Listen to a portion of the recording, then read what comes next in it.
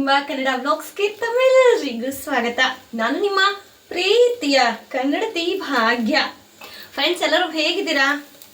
ಎಲ್ಲರೂ ಸೇಫ್ ಆಗಿ ಚೆನ್ನಾಗಿದ್ದೀರಾ ಅಂತ ಹೇಳಿ ಭಾವಿಸ್ತಾ ಇವತ್ತಿನ ವಿಡಿಯೋನ ಶುರು ಮಾಡ್ತಾ ಇದೀನಿ. ಇವತ್ತು ಡೇ ಬಂದು ಸಂಡೇ. ನಮ್ಮ ಮನೇಲಿ ನಿಮ್ಮೆಲ್ಲರಿಗೂ ಗೊತ್ತಿರೋ ಹಾಗೇನೆ ಯೂಶಲಿ ನಮ್ಮ ಮನೇಲಿ ಚಿತ್ರಾನ್ನ, ದೋಸೆ ಈ ಥರದನ್ನ ಮಾಡ್ತಾ ಇರ್ತೀನಿ. ಆ್ಯಂಡ್ ಸಮ್ಟೈಮ್ಸ್ ದ ಫೇವ್ರೆಟ್ ಅಕ್ಕಿ ರೊಟ್ಟಿನೂ ಮಾಡ್ತಾ ಇರ್ತೀನಿ. ಓಕೆ, ಸೊ ಇವತ್ತು ಅಕ್ಕಿ ರೊಟ್ಟಿ ಆದರೆ ಒಂದು ವಿಶೇಷವಾದಂತಹ ರೊಟ್ಟಿ, ಅಕ್ಕಿ ರೊಟ್ಟಿ ಪ್ಲಸ್ ಅದಕ್ಕೆ ಒಂದು ವಿಶೇಷತೆ ಇದೆ. ಸೊ ಏನು ಎತ್ತ ತಿಳ್ಕೊಬೇಕು ಅಂತಂದರೆ ಇವತ್ತಿನ ರೆಸಿಪಿ ಕಂಪ್ಲೀಟ್ ನೀವು ನೋಡಲೇಬೇಕು. ಸೊ ನನಗೆ ರೊಟ್ಟಿ ಮಾಡೋಕ್ಕೆ ಬರೋದಿಲ್ಲ, ನಂಗೆ ಅಡುಗೆನೇ ಬರೋದಿಲ್ಲ ಅನ್ನೋರು ಸಹ ಒಂದು ಸಾರಿ ಈ ರೆಸಿಪಿನ ನೀವು ಟ್ರೈ ಮಾಡಿದ್ರೆ ಫಿದಾ ಆಗೋದಂತೂ ಖಂಡಿತ. So let's start the today's video, Sundays vlog. Just ನಾನು ಇದನ್ನ ರೆಸಿಪಿ ಜೊತೆಗೆ ಆ್ಯಂಡ್ ನಮ್ಮ ಯಜಮಾನ್ರ ಒಂದು ಎಕ್ಸ್ಪೀರಿಯನ್ಸ್ ಇದೆ, ಅದನ್ನ ಶೇರ್ ಮಾಡ್ತೀನಿ. ಅಂದರೆ ಅವರೇ ನನ್ನನ್ನು ಏನು ಅನ್ಕೊಂಡಿದ್ದಾರೆ, ದೊಡ್ಡ ಶೆಫ್ ನನ್ನ ಹೆಂಡತಿ ಅಂತ ಹೇಳಿ. ಸೊ ಈಗ ಅವ್ರನ್ನೇ ಕರೆಯೋಣ, ಏನು ಹೇಳ್ತಾರೋ ಕೇಳೋಣ. ರೀ,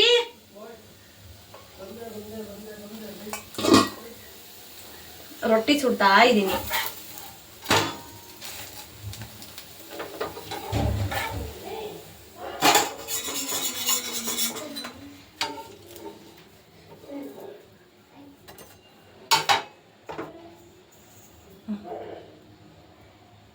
ರೀ,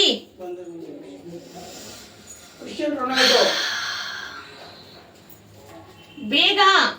ಏನಮ್ಮ ಸ್ಪೆಷಲ್ ಇವತ್ತು? ಗೊತ್ತಿಲ್ಲ ನಿನಗೆ? ನನಗೆ ಗೊತ್ತಿಲ್ಲ. ಕ್ಯಾಮ್ರಾ ಬೈ ಕಡೆ ಇಲ್ಬಾ.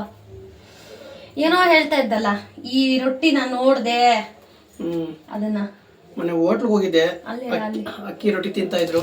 ಏನ್ ಇದಕ್ಕಿನ ತೆಳ್ಳಗಿತ್ತು, ಇದ್ರಲ್ಲಿ ಅರ್ಧ ಭಾಗ ಬರುತ್ತೆ.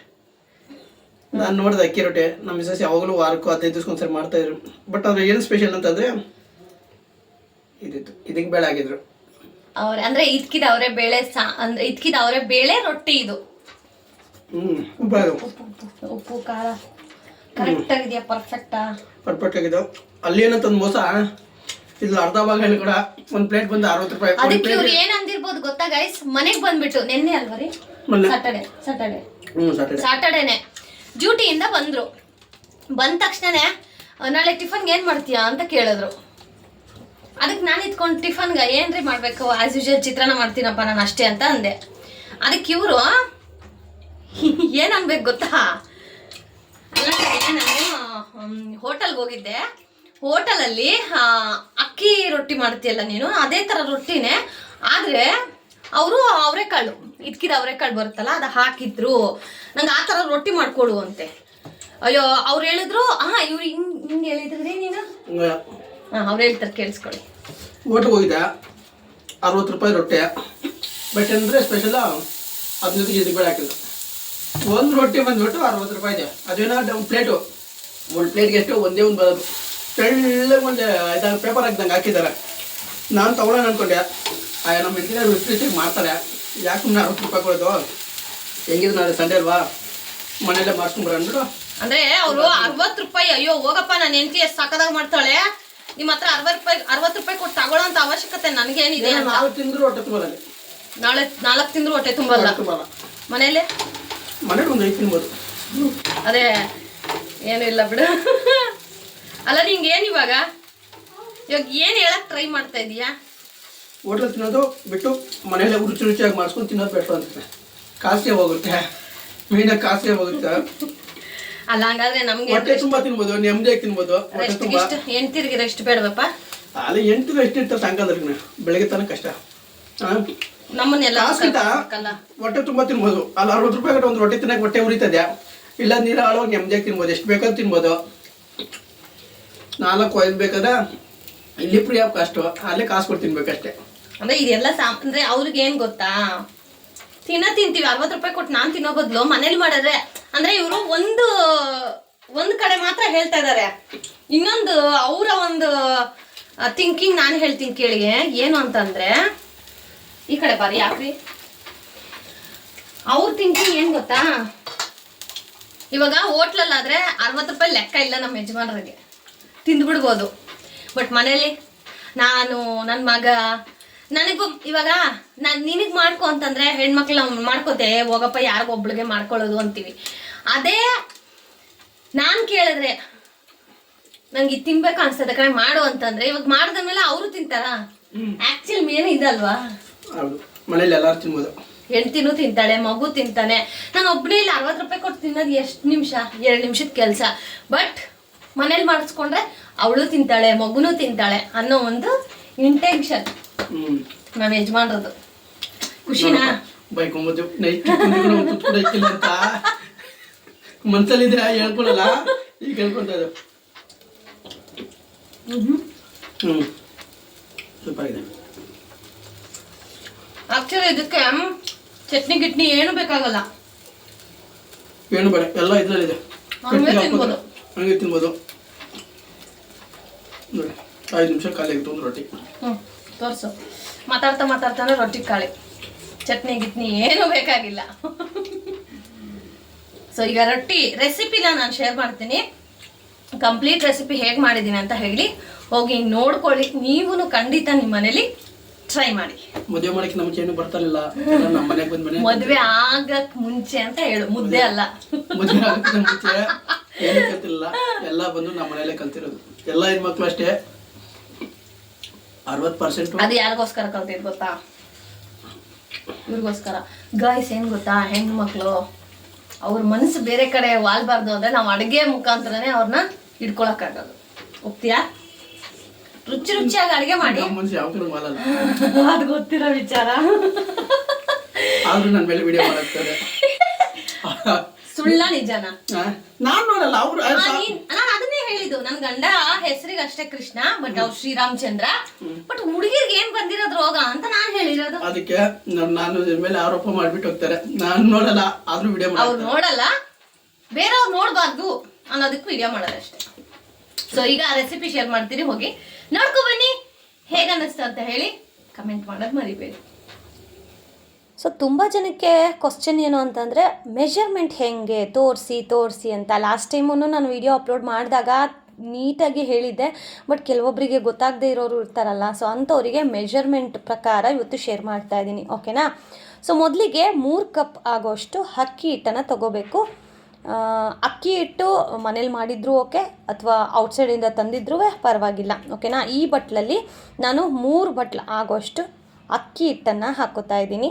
ಅದ್ರ ಜೊತೆಗೇ ಸೂಜಿ ರವೆನೂ ಹಾಕ್ಕೋಬೋದು ಅಥವಾ ಚಿರೋಟಿ ರವೆನೂ ಹಾಕ್ಕೋಬೋದು. ಮನೇಲಿ ನೀವು ಯಾವ ರವೆ ಯೂಸ್ ಮಾಡ್ತೀರೋ ಆ ರವೆನ 1 ಬೌಲ್ ಆಗೋಷ್ಟು ರವೆಯನ್ನು ಸಹ ಹಾಕ್ಕೋಬೇಕಾಗತ್ತೆ.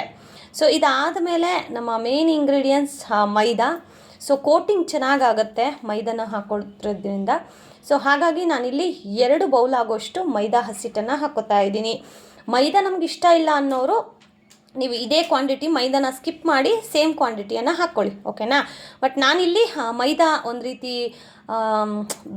ಬೆಂಡಿಂಗ್ ಚೆನ್ನಾಗಾಗುತ್ತೆ, ಆಮೇಲೆ ಇದಕ್ಕಿದ ಅವರೆಕಾಳು ಹಾಕ್ತೀವಲ್ಲ, ಸೊ ಚೆನ್ನಾಗಿರುತ್ತೆ ಟೇಸ್ಟ್ ಅಂತ ಹೇಳಿ ಹಾಕ್ಕೋತಾ ಇದ್ದೀನಿ. ಆ್ಯಂಡ್ ಅಕ್ಕಿ ರೊಟ್ಟಿಗೆ ಡೆಫಿನೆಟ್ಲಿ ಮೈದಾ 1 ಸ್ಪೂನ್ ಆದರೂ ಸೇರಿಸಿರ್ತಾರೆ, ಓಕೆನಾ? ಸೊ ಅದ್ರ ಜೊತೆಗೆ ಈಗ ನಾನೊಂದು ಮಿಕ್ಸಿ ಜಾರ್ಗೆ ಹಸಿಮೆಣ್ಸಿನ್ಕಾಯಿ, ಸ್ವಲ್ಪ ಕೊತ್ತಂಬರಿ ಸೊಪ್ಪನ್ನ ನುಣ್ಣಿಗೆ ರುಬ್ಕೊಂಡು ಅದನ್ನೂ ನಾನಿಲ್ಲಿ ಕಲಿಸ್ಕೊಳ್ಳೋಕ್ಕೆ ಹಾಕ್ಕೋತೀನಿ. ಸೊ ಈಗ ನೋಡಿದ್ರಲ್ಲ ಬೌಲ್ ಅಳತೆಯಲ್ಲಿ ಎಷ್ಟು ನಾನು ಬೌಲಲ್ಲಿ ಹಾಕ್ಕೊಂಡಿದ್ದೀನಿ ಅಂತ. ಸೊ ಈಗ ಇದಕ್ಕಿದ ಅವರೆಕಾಳು ಟೇಸ್ಟಿಗೆ ತಕ್ಕಂತೆ ನೋಡಿಕೊಂಡು ಹಾಕ್ಕೊಳ್ಳಿ. ಅದನ್ನು ಬೌಲ್ ಲೆಕ್ಕದಲ್ಲಿ ಬೇಕು ಅಂತಂದರೆ ನಾನು ಏನು ಬೌಲಲ್ಲಿ ಹಾಕ್ತಿದ್ದೀನೋ ಸೇಮ್ 1 ಬೌಲ್ ಆಗೋಷ್ಟು ಇದಕ್ಕಿದ ಅವರೆಕಾಳು, ಆಮೇಲೆ 2 ಬೌಲ್ ಆಗೋಷ್ಟು ಸಣ್ಣದಾಗಿ ಹೆಚ್ಚಿರ್ತಕ್ಕಂತಹ ಈರುಳ್ಳಿ, 1 ಬೌಲ್ ಆಗೋಷ್ಟು ಸಣ್ಣದಾಗಿ ಹೆಚ್ಚಿರ್ತಕ್ಕಂತಹ ಕೊತ್ತಂಬರಿ ಸೊಪ್ಪು. ಇದೆಲ್ಲ ಆದಮೇಲೆ ನಾವು ಆಗಲೇ ರುಬ್ಕೊಂಡ್ವಲ್ಲ ಹಸಿಮೆಣ್ಸಿನ್ಕಾಯಿ ಮತ್ತು ಸ್ವಲ್ಪ ಕರಿಬೇವಿನ ಸೊಪ್ಪು, ಸೊ ಅದ್ರ ಪೇಸ್ಟನ್ನು ಇಲ್ಲಿ ಹಾಕ್ಕೋಬೇಕು. ಅದಾದಮೇಲೆ ರುಚಿಗೆ ತಕ್ಕಷ್ಟು ಉಪ್ಪನ್ನು ಹಾಕಿ ನೀಟಾಗಿ ಕಲಿಸ್ಕೋಬೇಕು. ಪ್ರತಿಯೊಂದಕ್ಕೂ ಆ ಒಂದು ಅಕ್ಕಿ ಹಿಟ್ಟು ಏನಿದೆಯಲ್ಲ ಅದು ಮಿಕ್ಸ್ ಆಗಬೇಕು, ಓಕೆ? ಚೆನ್ನಾಗಿ ನೀವು ಎಷ್ಟು ಚೆನ್ನಾಗಿ ಕೈಯಲ್ಲಿ ಕಲಿಸ್ಕೋತೀರೋ ನಿಮ್ಗೆ ಅಷ್ಟು ಚೆನ್ನಾಗಿ ರೊಟ್ಟಿ ತಟ್ಲಿಕ್ಕೆ ಬರುತ್ತೆ ಅಂತ, ಓಕೆ?